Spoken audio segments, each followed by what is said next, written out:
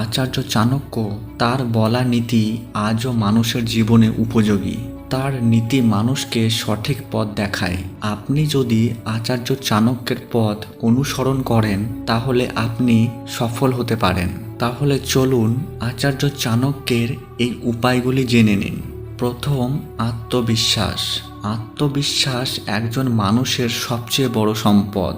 আত্মবিশ্বাসী মানুষ কখনো কোনো কাজে ব্যর্থ হয় না। আত্মবিশ্বাস একজন ব্যক্তিকে সবচেয়ে কঠিন পরিস্থিতিতে মোকাবেলা করতে সক্ষম করে তোলে। দ্বিতীয়, যারা পরিশ্রম করে তারা কখনো ব্যর্থ হয় না। একদিন না একদিন তুমি অবশ্যই কঠোর পরিশ্রমের ফল পাবে। তাই কঠোর পরিশ্রম থেকে পিছিয়ে আসবে না, কারণ পরিশ্রমই সফলতার মূল মন্ত্র।